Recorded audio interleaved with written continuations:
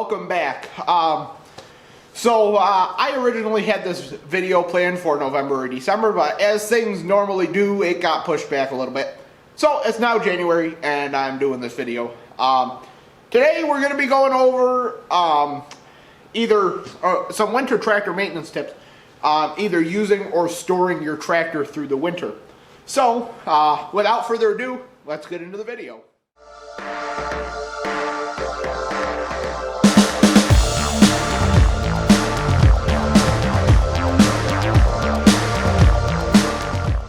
Maintaining a tractor is a daily chore, and if you're doing it right, you've got a maintenance schedule set up, or the manufacturer has a maintenance schedule set up for you in the manual. And your schedule will take into consideration the hours and the stress that you're putting on the machine. And if you're following that schedule, you'll know that December or January are the times that you'll most likely be needing to perform winter maintenance, either to keep your tractor running through the winter or to make sure it's ready to roll when the thaw arrives.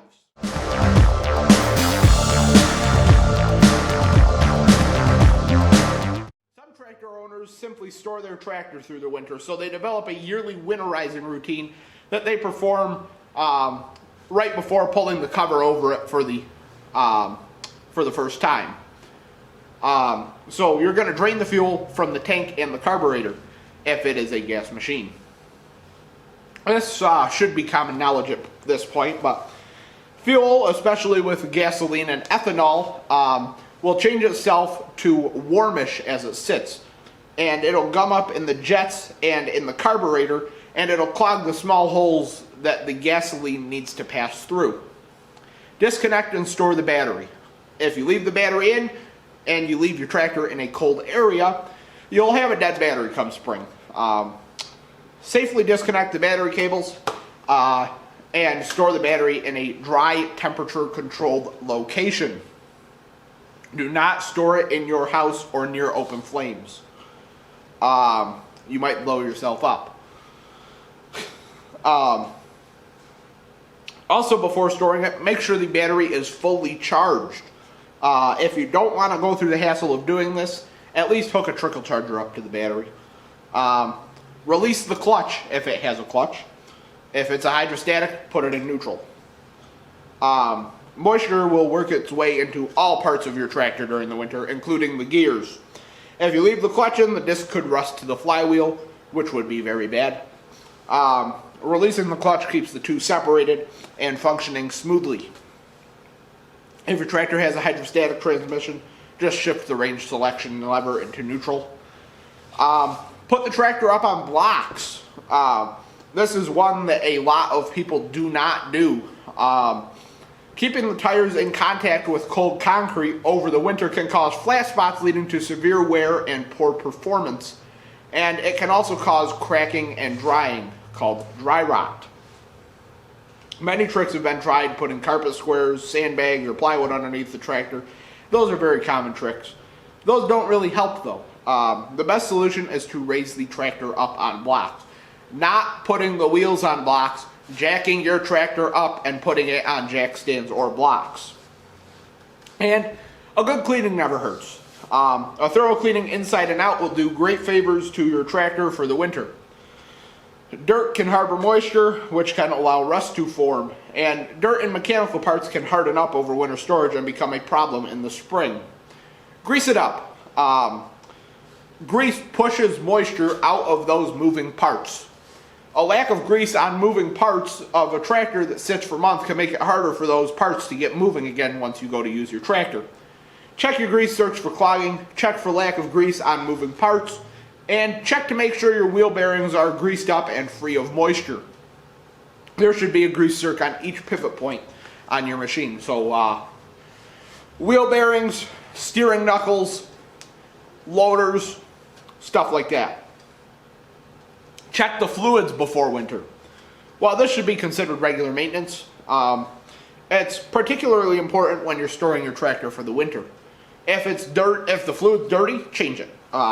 Or you can wait till spring to change it. But you want to, if it's low or if it's milky, you want to change it. If it's low, top it off.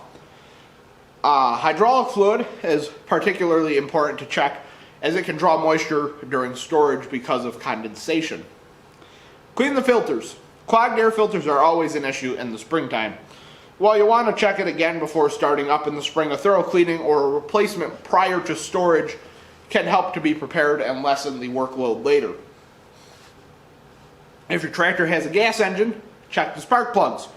Pull the spark plugs, check for carbon deposits and buildup or other signs of misfiring, and make sure the plugs are gapped correctly. You can gap spark plugs with a gap finder or a feeler gauge. Specifications for the gap can be found in your operator's manual, or for a lot of tractors they're available online as well.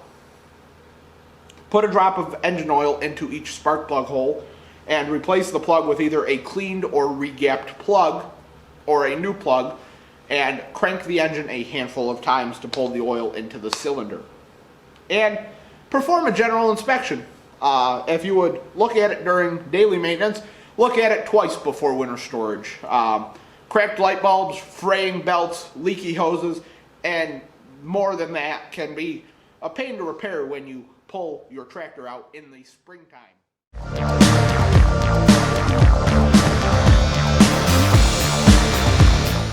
Oftentimes a tractor may sit for days or weeks between uses in the winter. Whether it's just being used for plowing and snow removal, or your daily chores simply just don't require a tractor, you'll need to modify the maintenance you perform. Obviously, some of the maintenance tips in the last section for full winterization will be useless. After all, you're not going to want to have the tractor up on blocks if you're using it every few days. You know, some of them fall under general maintenance, and like greasing and checking the fluids. Those should be done regularly, whether or not you use your tractor. Batteries can still be problematic if you use your tractor periodically. So your best option for a battery that sits now and then is to use a marine or aviation style cutout switch for your battery. So you'll be able to prevent drain from the battery by flipping the switch, and it'll disconnect the battery from the rest of the electrical system.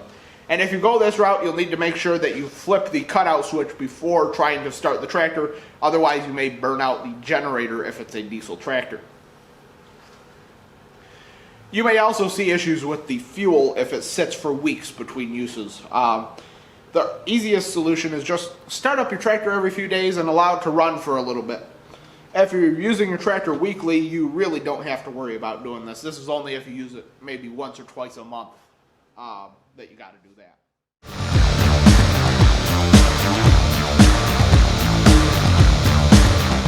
Even if you're using your tractor day in and day out, you may experience some difficulties through the winter. Performing basic winter-specific duties in addition to daily maintenance will be necessary. And the biggest problem many regularly used tractors will face in the winter months comes from the toll the cold takes on the oil. Oil gets thicker and stiffer, making it harder for the engine to turn over and start. So when this is combined with the reduced cranking power because of the colder weather, you may run into a tractor that will not start. The easiest solution for this is to use an engine heater, engine block heater, to keep the oil warmed to a temperature that keeps it fluid. The better solution is to swap out the oil for oil that is designed specifically for winter usage. This may not be a solution for engines in older tractors, but this is because many winter oils are detergent oils, fully synthetic, and they're not recommended for use in oil tractors, nor are older tractors designed to use them. And one thing, your operator's manual should, in the oil viscosity list that it tells you for, should have temperature ranges. So like 1540, which is what we use in the 855 here, it is rated for that tractor down to about 10 degrees. If you're running it below 10 degrees, it calls for you to run 1530 or 1040, I believe. I'd have to check, but I'm pretty sure that's what it calls for. A second problem faced in the winter is the moisture in the air can work its way into the engine compartment. This can make the distributor cap on an older tractor quite wet inside and cause shorts or the failure to spark. Open up and check on this before even trying to start your tractor.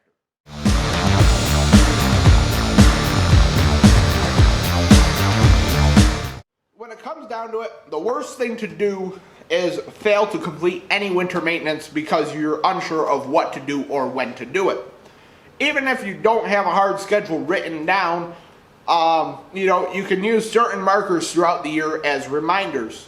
Use Thanksgiving, Christmas, and or New Year's as a reminder to perform winter maintenance. That method will work great for most tractor owners.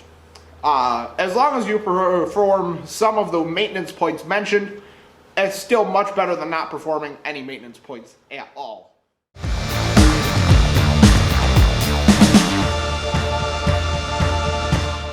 I hope you all enjoyed the video. As always, please like, comment, subscribe, tell your friends, and check us out on Facebook at Outdoors with A&T. And we've also got a Patreon page with 3 different membership options, so don't forget to go check that out as well. And also, new link in the description today. Well, it's probably in all the videos this week. I have a list to a Google document which has all of our Amazon affiliate links on it.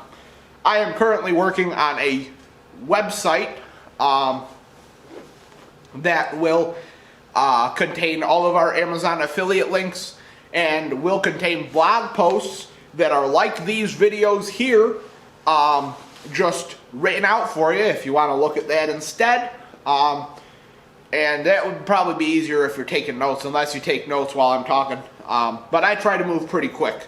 So anyways, I'll see you all soon. Until next time, bye for now.